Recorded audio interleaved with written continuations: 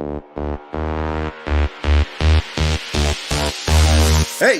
drop.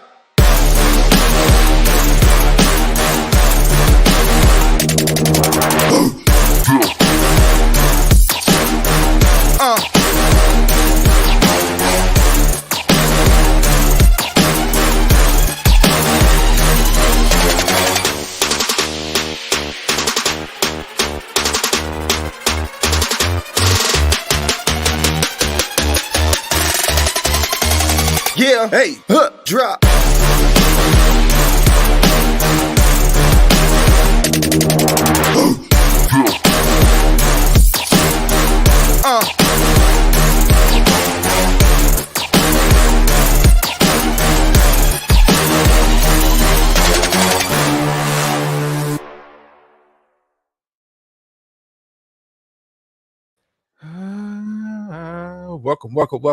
Welcome. It's your man, God of Docs, back with another episode of the Audible. For the July edition, I decided to get up here and do a little talking. Just a little bit talking. I ain't gonna do too much. Not gonna be a long show. It's time to get out there and enjoy the family, man. Just taking a break. I want to get on here and talk about a little NBA before we kind of really dive in, start with new content as far as like the NFL is concerned.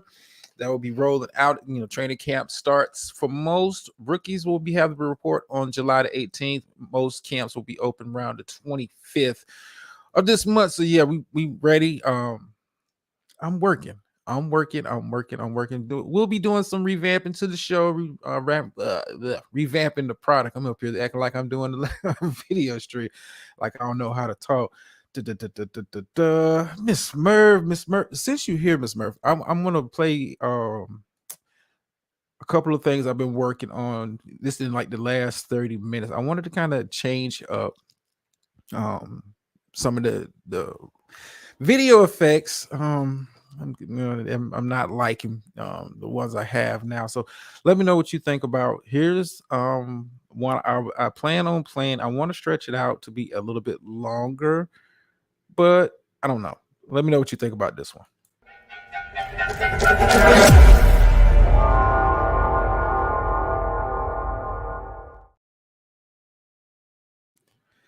Okay, that's just like a little intro, like as I come onto the mic, but I'm thinking about making that a little bit longer. And this is what I have planned for the new outro to the show. I may play this one tonight. I just, like I said, I just did this in like the last 30 minutes. I'm getting a little good at this stuff. Little good. But check this out.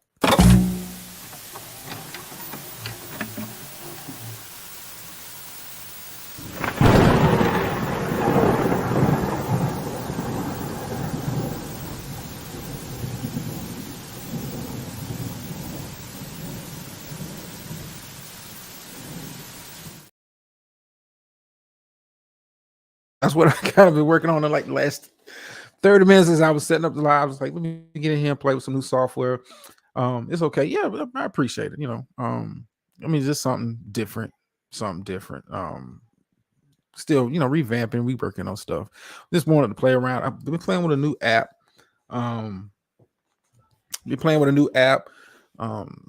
So, kind of, expanding my horizons. But anyway, let's kind of get focused on the topic at hand. NBA free agency, for the most part, is wrapped up. You still have some notable moves still to be made. We'll talk about Dame Lillard. Where will he land? I know his heart says Miami, but does Miami have the pieces that Portland wants? We'll talk about that. We'll also kind of give out a team by team grades for teams as far as free agency. Some teams have kind of wrapped it up. Like I said, free agents for the most part is over within like the first 3 days for the most part. Guys have already, agents have been talking, so pieces have been moved. Like I said, we'll be giving out team by team grades, and we'll be talking about some of the most notable moves this past off season as far as free agency is concerned. Like I said, for the most part, it's wrapped up. NBA has already kind of started summer league season. Some of the rookies have gotten out there. I know I watched some highlights earlier, yesterday's game from Chet Holmgren. Brandon Miller played. So summer league is kind of starting. So like NBA, like I said, NBA free agency is over. Thank you. I kind of put that together in like 20 minutes, like just playing around with the app, just just a little, just little fun, as I really start to transition towards more of the creation side of the things. And I don't want to say never, but it's almost time for me to start wrapping my time up another round. This, but we'll say that for another day. It's almost that time. Almost. Where do we start? Oh, yes. Yeah, make sure y'all come in on Sunday. We'll be setting the actual time. I've been working with two gentlemen to kind of get a show together. One of them one of them you may not know. You may have seen them in my chat. What's going on, Gator Girl?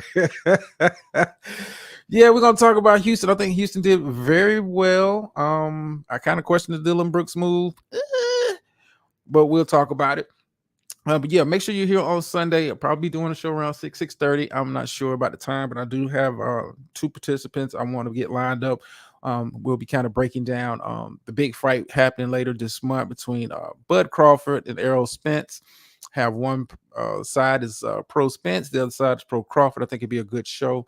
Also, we'll be getting that show will be getting simulcast on somebody else's channel, a much larger channel. So it should be a good look for everybody involved. And I think the conversation will go very well. I think it'll be a good heated debate. I'll just be here kind of playing moderator, pressing buttons and stuff like that.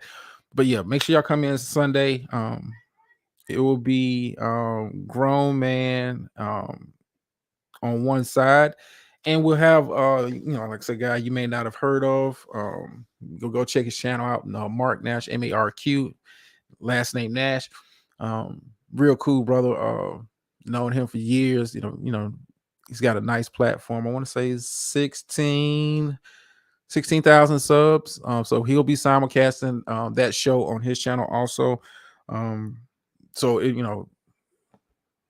good look. It'll be a good look for everybody. It'll be a good time had by all. Like I said, we talking about sports, man. So it ain't gonna be too personal, but I'm pretty sure the debate will get hot and heavy, which is a good thing.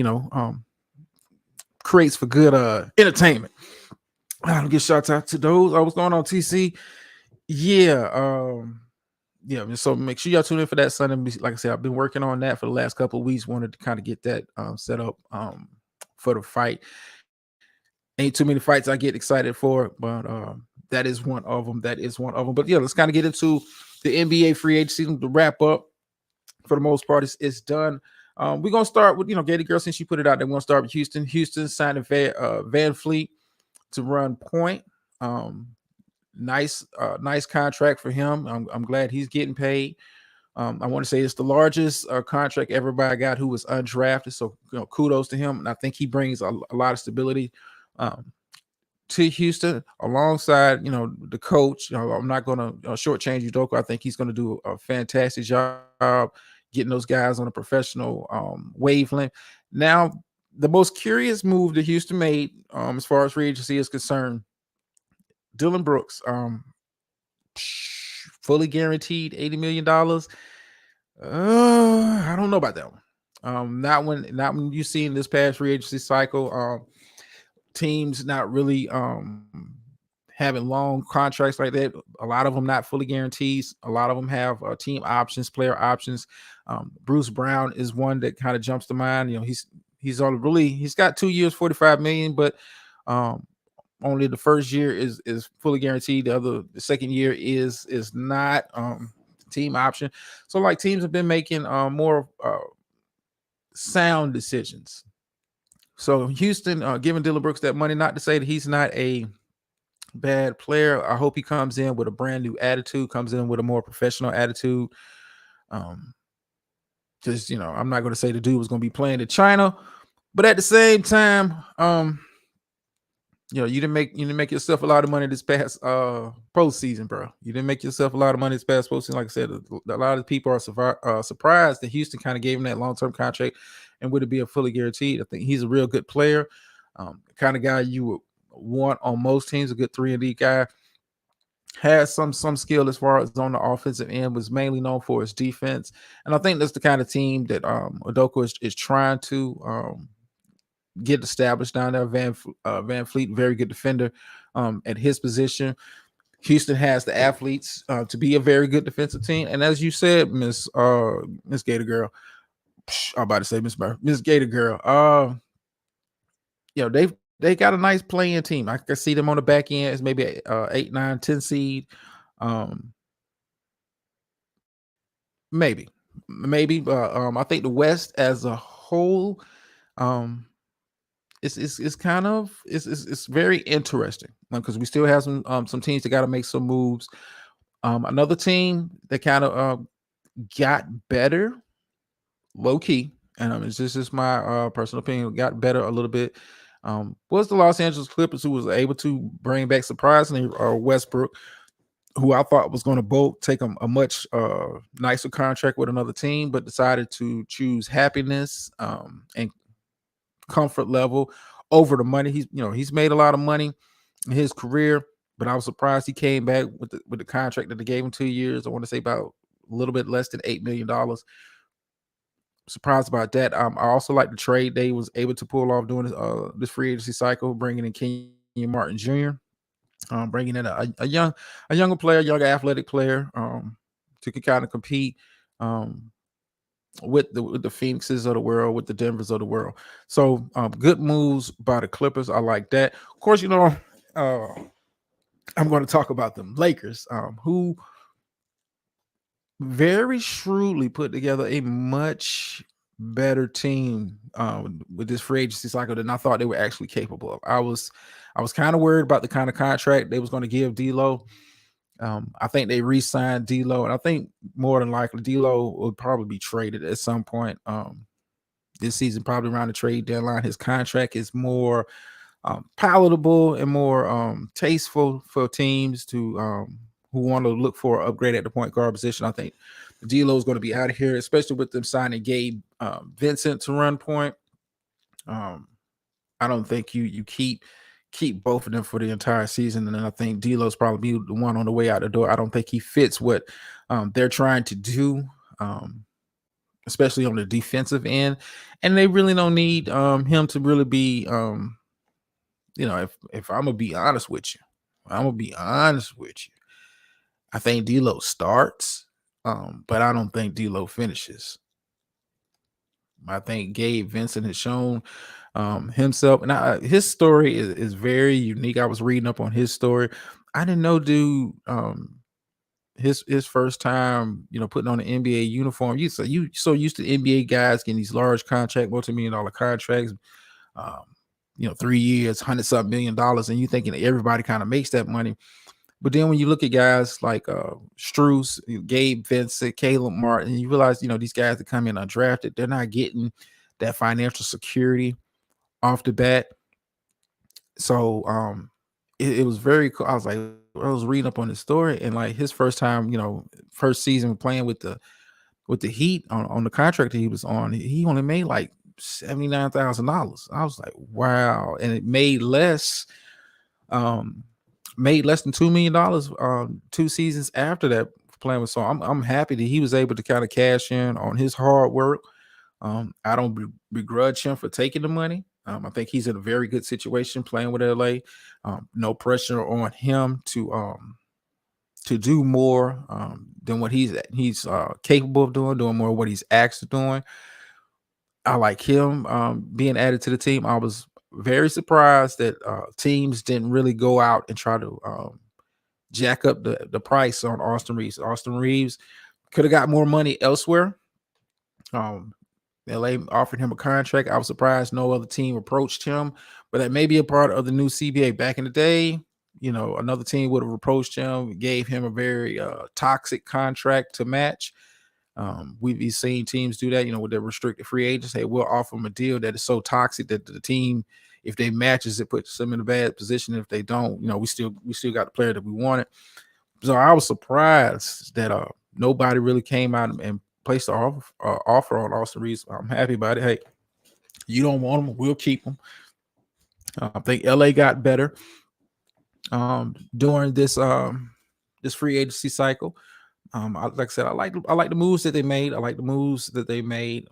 Was able to kind of keep a lot of the same pieces, get rid of some of the dead weight, Malik Beasley, Mo Bamba, and bring in guys that can contribute. Now, like I said, I'm very very happy with the free agent haul. Now, does that lead to success? Hopefully. You never can tell. You still got to go out there and play the games. Free agency looks good on paper, but you got to see how those pieces fit. Um, I think Boston is a team. I'm kind of seeing what's going to happen with them. Still have Grant Williams out there as a free agent. You gave Porzingis an extension. What are we going to do with Jaylen Brown? Jaylen Brown still hasn't been approached by an extension. What do we do? So kind of up in the air. Milwaukee was able to not only keep their free agents, was also add Brook Lopez, brother Robin Lopez, in free agency under a contract. Gives them more size up front, more that's what Milwaukee kind of prized itself on, is being a much bigger team than most at key positions. So, bringing in Robin Lopez understands his position, understands what he's supposed to do. Play good defense, set good hard picks, do rebound, and nothing more than that. So that was a good look for them. The Chicago Bulls, I thought, would be a team that would be looking to tear it down this free agency period. But it kind of went with, we're going to run it back with the same core of guys. If you haven't heard, the Chicago Bulls have looked for a injury something. I forgot the actual term for it, but in regards to Lonzo Ball, who's not expected to play this season. Such bad luck for that young man. I don't think he's played in the last 2 years. I know he got hurt. He didn't play last year. He's not scheduled to play this year, and missed a significant time the season before that. Man, I thought Chicago would be in a mood to kind of either rebuild or really get aggressive. And Chicago ownership, for the life of me, and this has been like this, and I don't know if you guys have noticed, it has been like this since the Jordan days. Is a team that's not really that wants to compete at a high level, but just doesn't want to spend the money necessary to compete at a high level. And I just find that weird to be, Chicago, one of the major markets of the NBA, can be a free agent destination for some, but just they don't want to spend good, I would say, good money. So they're going to run it back. DeMar DeRozan, Zach LaVine, Vucevic has been re-signed. Team didn't really get that much better to me. And you were barely a border play-in team. I guess you guys are hoping that the East gets a little bit weaker. Maybe you move up a little bit. I don't know. I do not know. A couple other ones. Dallas was able to bring back Kyrie. You kind of beating against yourselves on that one, but they was also able to bring back Seth Curry to add some additional shooting. Steadiness at the point guard position, 2 guard position. He can play both. They did okay, but the Kyrie signing, I guess it's a win for Dallas. You didn't give him the 5, max. You gave him 3 max, which allows you some kind of flexibility in the future to maybe possibly move him if that partnership with Luka doesn't work out. We'll see. You still got a situation with free agent Christian Wood. Do you bring him back? Do you let him go? If you let him go, who do you replace him with? I don't know. A team that made a very very curious decision, and not because they their fault, was the Denver Nuggets, defending champions, yes, but they did get a little bit worse. You can't lose a player like Bruce Brown and not get worse. I don't blame dude for leaving. It was more of a money thing. When Indiana offered him, we're going to talk about Indiana in just a second. what Indiana offered him was, a contract, I wouldn't have passed down. I think most people want to pass down. And I think he's earned it. He's worked hard, built himself up. Has built him, since his days in Brooklyn, winning the championship now with Denver, going to a very good situation in Indiana. And I think, since we're going to talk about Indiana, I think Indiana might be, if they can stay healthy. If they, and I'm, it's always a big if when we're talking about um, teams in the NBA. Can they stay healthy? Indiana might be a sneaky dark horse team when you really look at them on paper. I mean, they have good guard play, have shooters, have good sized big men, are athletic. Even got more athletic with the trade for Obi Toppin from New York. Anybody that has watched Obi Toppin, he's a pretty good player when he's given minutes. But you're playing for Tom Thibodeau. Once you get into Thibodeau's doghouse, it's hard to kind of get out of there. But I think Indiana right now on paper, was able to extend Tyrese Halliburton, still have Buddy Hields, like I say, still have Turner in the middle. Uh, good team. If they can stay healthy, I could see Pacers possibly pushing for a 4 or 5 spot in the East. We're talking about a 4 or 5 spot in the East with so much uncertainty still around some of the top teams in the East.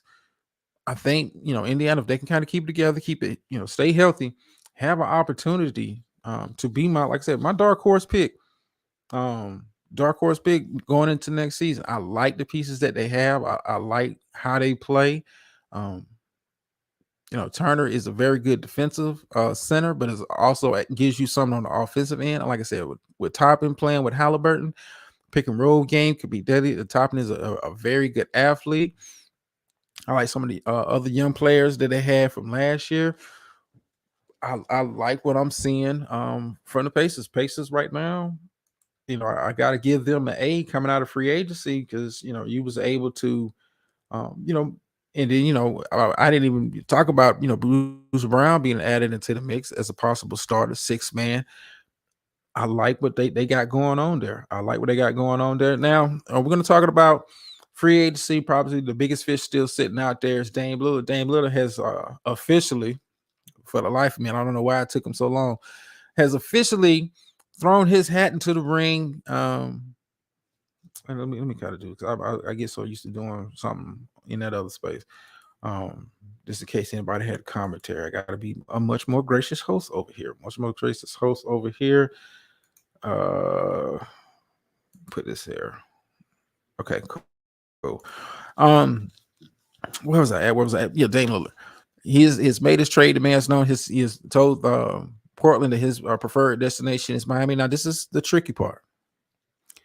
Portland has a decision to make. Obviously, you'll be able to bring back some assets for Dame Lillard, but if you really look at the teams that really have pieces to move and are willing to move pieces to get a Dame Lillard, you're talking about the Los Angeles Clippers have been in play. There's been reports on them, of course. Miami. Pretty much, those are the two top teams. If you really look at the pieces that the Clippers are able to throw into a package, it looks more enticing to Portland. But Portland, you're in a position now, whether you can do what's right for the team or you can do what's right for the player. And what I mean by that, Miami is working very hard right now to kind of put together some kind of trade package. There's been talks of this possibly being a 3 to 14 deal to try to get pieces in place, pieces moved so they can acquire a Dame Lillard. I'm kind of up in arms because at the end of the day, basketball, just like any other sport, just like anything in life, is about business.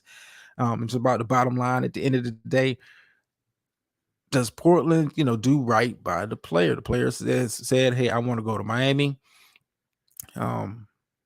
Portland, he doesn't have a no trade clause in his contract, so Portland is free to trade him and get whatever assets they want from whatever team they want to trade him to.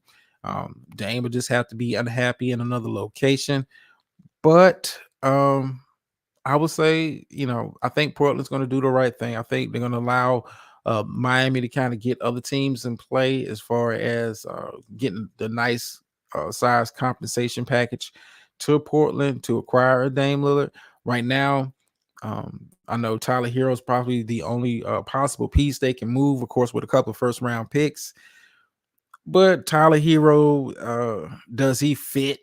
Does Portland really want to trade a superstar guard for a guard that is not going to get major minutes in Portland? I mean, you do still have Shaden Sharp out there getting some minutes. You have Scoop Henderson, the number 3 pick. This past draft, you have Anthony Simons out there at the guard. So I know they would like to kind of get maybe a forward, maybe a big man, still get the picks. But Miami's not parting ways with Bam. They really don't have any other pieces that Portland would want in a trade. It's going to be kind of curious to see how accommodating is Portland going to be to allowing Dame to be at the destination that he wants to be at. Like I said, he's come out and said he doesn't want to be there. I think he did himself a disservice. He should have did this before. Should have did this way before. Allowed team or other teams to kind of get stuff in place. Maybe put Miami in a much better position. Have more time to work on this. Before the draft. I think waiting till after the draft, then waiting till the start of free agency after the team signed Jeremy Grant to that large contract. Then now you want to be traded. How accommodating do I really want to be as if I'm Portland ownership to accommodate Dame? I think they'll at the end of the day, I think they'll do right by him, but it's no guarantee. It's no guarantee with the NBA. If Miami is not, what's going on, Mark? Is if Miami is not able to put the packages together with other teams, like I said, right now it's been reported possibly 3 to 4 teams may be involved in getting this deal done. I think at the end of the day, Dame ends up in Miami. But like I said, it's no guarantee. It's no guarantee. If Miami is not able to kind of get pieces in place, get other teams to kind of play ball, get other teams involved, I mean, then it is what it is. It is what it is. And I hate to say it, man, but this life in the NBA, Dame may have to stick it out to like the All-Star break. I know he would probably like to be traded, have a full season under him. And another thing, as I kind of scroll down my list of grades here, it's been talks of Philadelphia being interested in the Dame Lillard market. They do have a contract, numbers wise match that they can do, involving James Harden, who is this off season, opted into his contract and told the team, hey, I don't want to be here. I want to be somewhere else. I don't want to play in Philly no more. Philadelphia is an outlier. I don't think that deal happens, especially with the Philadelphia 76ers pretty much telling anybody that's called, hey, yeah, I know we didn't give Tyrese Maxey the extension this off season, but he's not being traded. He is not a piece that we're looking to move. And I don't blame him. I like Tyrese Maxey as a player. I think he can continue to grow his game. I think, this season, I think he needs to take a more leadership type role as far as like on the court. Maybe take some of the ball handling responsibilities from James Harden if he plays. Because like I said, I don't think James James said he doesn't want to be there. And when James doesn't want to be there, it shows in his play and his effort. I don't know if you really want that around, especially when you have MB possibly looking at an extension. Could be telling the team he wants out. I mean, the process is about over. In Philly, you got rid of the head coach. You really didn't bring any notable free agents in. James Harden has kind of come out and said he doesn't want to be there. And we, like I said, we know what James Harden looks like on the court when he's not in a place that he wants to be. He's not in an environment he doesn't want to be in. He's going to get, going to give you what you saw in Game 7, which was a half-ass effort out there on the court. So we'll see. Dame Lillard is like the only remaining big piece still out there. Jaylen Brown is kind of like a situation I'm watching very closely because With the new CBA and how it's set up, it's going to be punishing teams that they spend like they used to spend back in the day. And what will Boston do? You're going to have to make a decision on Jaylen Brown. Do you give him the $295 million contract extension? Then do you turn around and have to give Tatum the $310 million contract? Since you're talking about two guys, close to $600 million, how the new CBA is set up. You see him, how it's working out for Phoenix. Phoenix is having to take guys, older veterans coming in on bargain deals, such as Eric Gordon. If you haven't been watching, Phoenix did lose the backup center Landale, who I thought played very well for them in the playoffs. When DeAndre Ayton was pouting and acting like a bitch, I think he played very well. He's gone. So, like I said, the CBA is changing life for the NBA, and teams are going to have to be very particular about picks, kind of contracts they're giving out. And we're talking about, let's say, keeping on Philly here. I think Tobias Harris may be on the move, or maybe a piece they be wanting to move. He's up for an extension, but if you watch Tobias Harris, he ain't been playing what he's been getting paid for. Let's keep it a buck. What they've been paying him for is borderline the number 2 guy on the team, and a lot of times Tobias Harris can be the number 4 guy on the floor. Not for what you're paying them. You can find plenty of other guys that can give you that same level of production at a much cheaper price. I think Philadelphia might be looking at that as an option. Gator Girl says process sort of work they make the playoffs. Making the playoffs is that's not an achievement for teams who have title aspirations, Gator Girl, and you know that. Making the playoffs is something that teams such as the Chicago Bulls will be happy with, making the playoffs. The Orlando Magic may be happy with making the playoffs. The Detroit Pistons may be happy with making the playoffs. The Utah Jazz might be happy with just making the playoffs. But teams such as Philadelphia, who came into the season one of the favorites out in the East, did have the MVP of the season, and they go out in the second round in the fashion that they did. This kind of died in game 6 and got smoked in game 7. Making the playoffs is not looked as success in those kind of situations. And like, nice try, Gator Girl. You being funny with that one. You being funny with that one. And since I see Mark here, I don't know if he's still listening. Hey, yeah, make sure y'all tune in next Sunday. I'm still working on the time. But y'all make sure y'all tune in next Sunday. It'll be Mark Nash against Grown Man. Talking about Bud Crawford, Errol Spence, big fight coming up at the end of the month. I want to say the fight's on the 29th. If the YouTube gods don't strike me, they let me get away with my last one. But if I, be clever with the editing, I will be having that fight up on the channel for those who don't want to spend the pay-per-view or don't have the money to go out and watch the fight. We're gonna have that on the channel. To kind of throw that in there towards the later end of the month.